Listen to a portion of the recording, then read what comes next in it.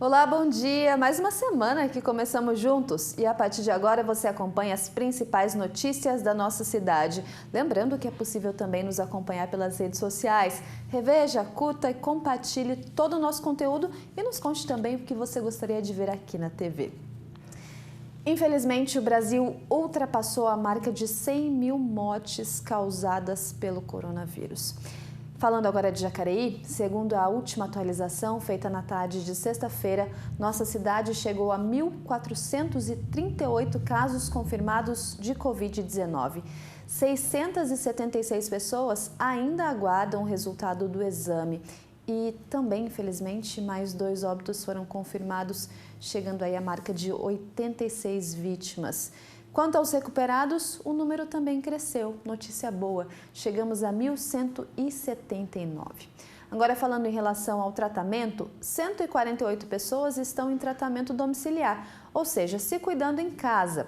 Já dos casos confirmados, 25 estão internados, sendo 13 em UTI, e dos casos suspeitos, 23 estão internados, sendo 6 em UTI. Lembrando que os números são atualizados diariamente nos canais de comunicação da Prefeitura e também aqui na TV Câmara. Na última sexta-feira, dia 7, o governador João Dória anunciou a 10ª atualização do Plano São Paulo de enfrentamento ao coronavírus e reabertura gradual e faseada da economia. A classificação da região de todo o Vale do Paraíba avançou para a amarela. A medida começou a valer no dia 8, seguindo um decreto municipal. Então, desde o último sábado, podem funcionar bares, restaurantes, salões de beleza e academias por 6 horas diárias, desde que seja entre 7 da manhã e 7 da noite e também seguindo as regras sanitárias e medidas para evitar aglomeração. Para que os bares e restaurantes, aí muita gente tem perguntado sobre essa questão, possam funcionar até às 22 horas, até às 10 horas da noite, será preciso que a região esteja há 14 dias na fase amarela. Então, isso não começa a valer ainda. Então, pode funcionar só das 7 da manhã às 7 da noite, não pode funcionar até às 10 horas da noite.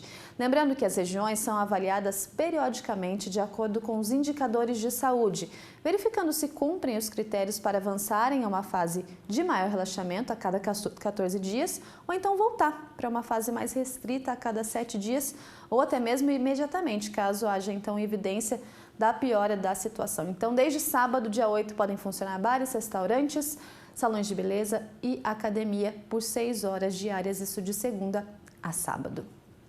E com a flexibilização do comércio, o número de pessoas circulando no centro da cidade aumentou e vai aumentar ainda mais a partir de hoje. E, consequentemente, a demanda do transporte público também deve aumentar. Porém, muita gente ainda tem dificuldade de manter o distanciamento social dentro dos veículos. Desde o começo de junho, acompanhando a reabertura do comércio, a empresa responsável pelo transporte coletivo aumentou o número de veículos nas ruas. No entanto, a demanda de passageiros continua baixa. Segundo a Secretaria de Mobilidade Urbana, eram atendidos, em dias úteis, 54 mil passageiros. Depois da pandemia, só 17 mil pessoas utilizam ônibus diariamente. Em cada linha ela tem um comportamento diferente durante o dia, né, conforme os horários de pico. Que, na verdade, agora a gente tem os horários de pico, eles estão mais distribuídos. Então, cada linha tem a sua característica e ela é olhada conforme a particularidade dela. De acordo com a Secretaria, para respeitar o distanciamento social, o limite dentro de cada veículo é de 50 pessoas. Mas, para a população, a prática está bem diferente da teoria. A Madalena, que utiliza a linha 10, que passa pelos bairros Nova Esperança, Pedra Mar e Imperial, tem encontrado dificuldades. O ônibus está cheio, porque assim, eles reduziram a quantidade de ônibus. Então, a maioria do ônibus que a gente pega sempre está cheio. Porque tem gente que vem trabalhar, igual no meu caso eu vim pagar conta, né? Então, eu tenho reparado que quando eu venho, sempre está cheio o ônibus. A experiência da Rebeca, que utiliza as linhas que vão para os bairros Cidade Salvador e Jardim Santa Marina, também não é positiva. Estão todos lotados. Aí você fica na porta e ainda colocam mais gente para poder entrar. Então, em vez de ajudar, estão piorando, né? Distanciamento zero. Zero, totalmente. Você fica grudado um com o outro, né? Um do lado do outro. Então, é horrível. E a história se repete, mais uma vez, na rotina da dona Nilza. Nos horários de pico, vai bastante cheio, sabe? Então não é seguro.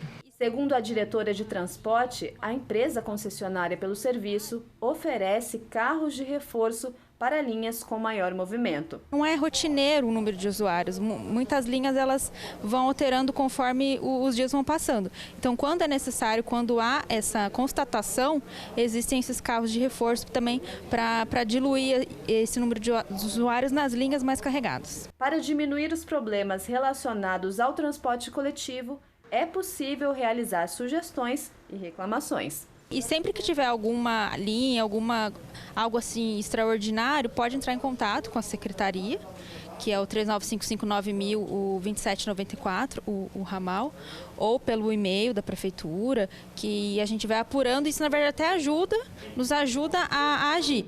Importante, então, você que usa o transporte público, relatar para a Secretaria de Mobilidade Urbana para, quem sabe, ter uma solução rápida e que atenda, de fato, a necessidade da população. Mudando um pouquinho de assunto, agora a gente acompanha alguns destaques relacionados ao trabalho que os vereadores desenvolvem aqui na Câmara Municipal.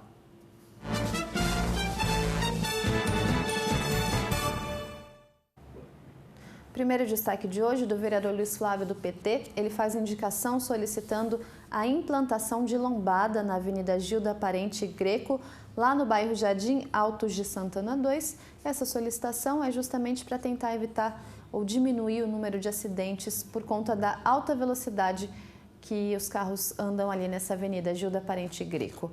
Próximo destaque de hoje do vereador Rodrigo Salomão, do PSDB, ele registra a indicação solicitando manutenção asfáltica em vias do bairro Jardim Real, que conta ali então com uma defasagem na questão da manutenção asfáltica das vias do bairro. Próximo vereador de hoje, último destaque, o vereador do Parque Valmir, do Parque Meia Lua do DEM, ele faz requerimento à JTU solicitando a volta dos horários regulares no fluxo dos ônibus do transporte público. Aí casa com o que a gente acabou de assistir na reportagem, que muitas pessoas ainda estão sofrendo com os horários reduzidos, e o vereador faz justamente essa solicitação à empresa concessionária JTU.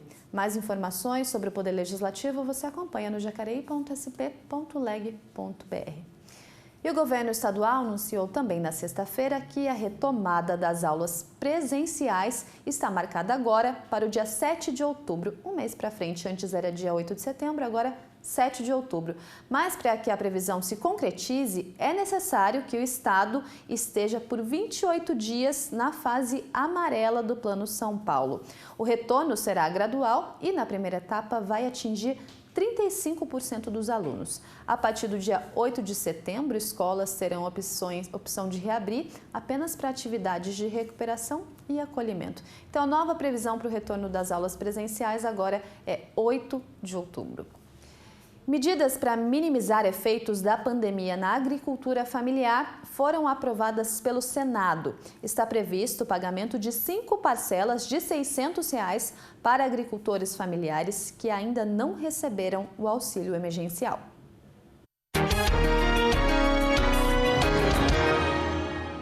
Foi aprovada uma ajuda para agricultores familiares durante a pandemia.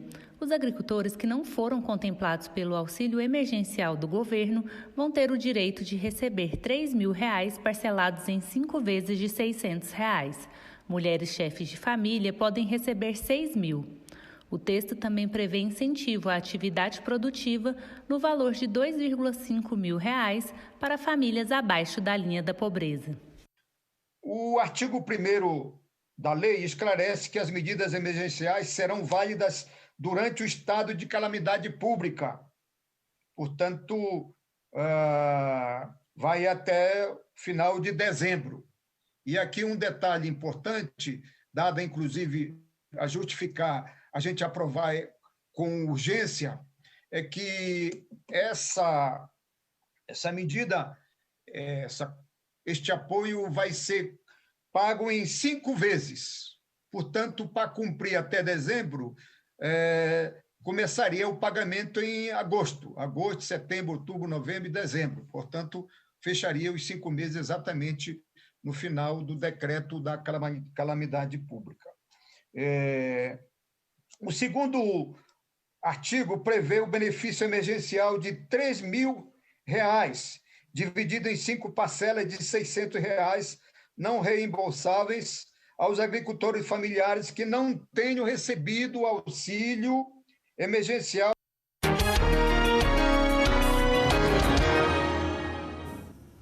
As atividades de orientação, prevenção e conscientização sobre as ISTs ganham reforço mesmo durante a pandemia.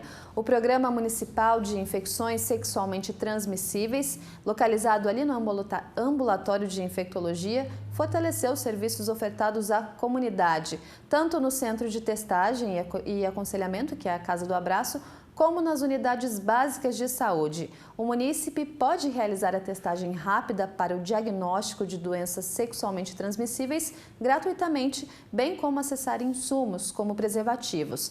O ambulatório de infectologia está localizado na Rua Purus, número 79, no Jardim Paraíba, e funciona das 7 da manhã às 5 da tarde. Mais informações ou esclarecimentos de dúvidas podem ser realizados pelos telefones 3955-9653 ou 3955-9751. E a Fundação Cultural está promovendo o Mês do Patrimônio de Jacareí, só que dessa vez de um jeito diferente por conta da pandemia. Agosto é o Mês do Patrimônio em Jacareí, que tem como objetivo ressaltar a importância que prédios, tradições ou mesmo a culinária tem diante da construção da história de um povo. E qual a importância desse patrimônio, não apenas do patrimônio museu onde estamos inseridas hoje, mas de todo o patrimônio, né? É a história, gente, é a herança que nós recebemos dos nossos antepassados, que a gente vai levar isso para a vida toda. No município, hoje, são considerados patrimônios tombados por órgãos estaduais o Museu de Antropologia do Vale do Paraíba, a Igreja dos Remédios e a antiga fábrica de tapetes Santa Helena. Já em esfera municipal, o Educamais Parque dos Sinos, a antiga Biblioteca Quatro Cantos e o Bolinho Caipira. O patrimônio pode ser material, ter paredes, elementos que contam histórias que se perpetuam através do tempo, mas também pode ser imaterial, ter uma relação afetiva com a identidade de um povo. Para ficar mais fácil de entender, é só pensar no Bolinho Caipira, uma iguaria típica e tradicional de Jacareí. O CODEPAC reconheceu em 2010 como patrimônio imaterial o Bolinho Caipira de Jacareí, aquela receita que vai farinha de branca, linguiça, cheiro verde, tantos outros assim, temperos, e que foi feito inicialmente lá pela dona Nicota, no mercado municipal, e vendido e espalhado por toda a nossa cidade. Para celebrar e manter viva a tradição, há 8 anos, nossa cidade realiza a Festa do Bolinho. No entanto, em 2020, não aconteceu por conta da pandemia. Por isso, a Fundação Cultural lançou um livro ilustrado contando a história dessa iguaria e o bolinho ganhou até música.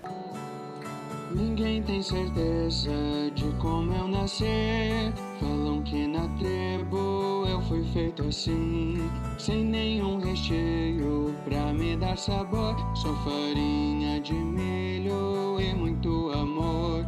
A cidade também conta com inúmeros bens culturais, que são tomados como referenciais de identidade, como a Folia de Reis, a Festa da Cobra Grande, o Mercado Municipal, Pátio dos Trilhos e as muitas igrejas espalhadas pela cidade, como a Capela São Sebastião, mais conhecida como Capela do Avareí, e junto, todo esse patrimônio constrói a história do povo jacariense. Então a gente se preocupa com esse patrimônio, a gente tem respeito, carinho, cuidado, né? Porque o patrimônio são as nossas lembranças, são as nossas histórias, são aquilo que nos afeta, aquilo que nos acolhe. Para você acessar o livro ilustrado, também ouvir a música aí composta especialmente para a iguaria, o Bolinho Caipira, é só entrar na página da Fundação Cultural, fundaçãocultural.com.br, e aí você consegue acessar tudo isso e partilhar dessa importância, né, dos patrimônios que ajudam a construir nossa história. A gente fica por aqui, lembrando que mais informações sobre o Poder Legislativo você confere no nosso site e as atualizações sobre o novo coronavírus você acompanha no portal de informações da Prefeitura. Boa tarde para você, se cuide e até amanhã.